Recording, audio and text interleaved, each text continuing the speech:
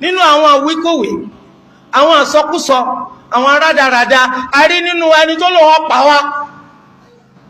Eléyìí jẹ́ ní táwọn ọ̀gá wọn kọ́ wọn. Tẹ̀bílíìgì àwọn máa gbèyàn pa tó bá ti takò wọn. Mo fẹ́ kí gbogbo ilé ayé kó nóòtì ọ̀rọ̀ yìí, gbogbo àwọn DSS Nàìjíríà kó nóòtì ẹ̀. Tí ẹnikẹ́ni tó bá wá dènà dèmí lásán, gbogbo ọ̀gá tẹ̀bílíìgì Nàìjíríà dára, gbogbo abẹnugan tẹ̀bílíìgì ẹ̀ dára. Torí sẹ́tẹ̀ ẹ̀rọ àwọn ọmọ yín wọ́n ti sọ lórí social media, wọ́n lè bí àwọn pé kẹ́ ẹ bá wọn pa mí. Tẹ́lì kan bá wá dúró wájú mi lásán, ó fẹ́ dí mi lọ́nà láti kọjá. Gbogbo ọ̀gá tẹ̀bílíìgì Nàìjíríà dára. A dúpẹ́ fún Allah. Wọ́n máa gbé àwọn olùmẹ̀sìn Islam pa Nàìjíríà láì jẹ́ pé wọ́n mẹni tó pa wọ́n. Gẹ́gẹ́ ṣe pa Jafar, gẹ́gẹ́ ṣe pa Albani ní Zaria. Allah wa mú tẹ̀bílíìgì dáadáa. Wọ́n ti jẹ́wọ́ ìpé tí mo bá fi lè kú àwọn làwọn pa mí. Gbogbo yín ò fi lè yín lọ́wọ́. Gbogbo alùsùnà àgbáláyé tẹ̀bílíìgì Nàìjíríà dára. Tí ẹnìkan tó bá dún wájú mi lásán, tẹ̀bílíìgì Nàìjíríà dára. Gbogbo àwọn tó sì sọ̀rọ̀ yìí àti ká ọ̀rọ̀ wọn àti kójọ, ó ti wà lọ́dọ̀ àwọn òṣìṣẹ́ ìjọba tí wọ́n mójú tètò ààbò. Gbogbo ìgbésẹ̀ tó yẹ àrípa mú wọn, tá a bá wá mú wọn tì tẹ́lẹ̀ náà, gbogbo ọ̀gá tẹ̀bílíìgì lọ́ra wọn sẹ́. Eléyìí jẹ́ bó ti ṣe jẹ́.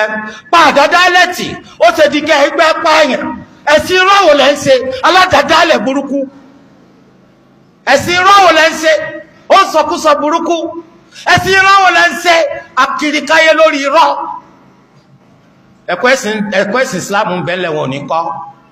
Wọ́n mọ̀ fàwọn tí ń kẹ́kọ̀ọ́ ṣe yẹ̀yẹ́. Gbogbo àlùmọ̀ ti sọnù tẹ́yìn jókòó. Ókè wọn ò ní kẹ́kọ̀ọ́ ń pa ẹ̀sìn. Odù àtàlọ́ burúkú àti rọ́tẹ̀ ń pa káyé náà wọ́n fi pèèyàn sídìí ẹ̀sìn.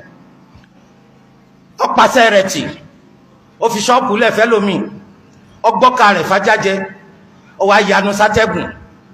Wala hawla wala quwwata illa billah. Tọ́mọ rẹ̀ máa ń ṣe tàbílígì tètè fásẹ́yìn o, ànú ní tàbílígì o. Tọ́mọ rẹ̀ máa ń ṣe ikhwan ẹ fásẹ́yìn o, ànú ní o. Kìí ṣe súnà Ànábì Muhammad sallallahu alayhi wa alihi wa sallam. Akramakumullah.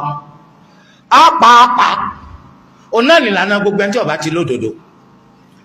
Ẹni tí ò lódodo náà ni pàápàá ẹ̀rọ àwọn kèfèrí Mẹ́kà ńgbà tọ́rọ Ànábì Muhammad sallallahu alayhi wa alihi wa sallam tó sú wọn.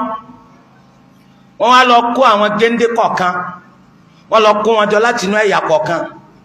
Wọ́n jálù Ànábì sallallahu alayhi wa sallam lójijì.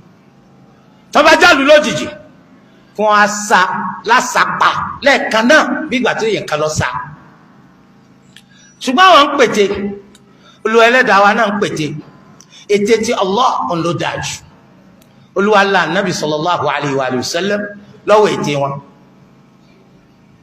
Kí lẹ rò wípé Fìràúnà fẹ́ ṣe fún Nabi Musa nígbà tó kó àwọn ọmọ ogun tó kó wọn tẹ̀lé Nabi Musa alayhi salam.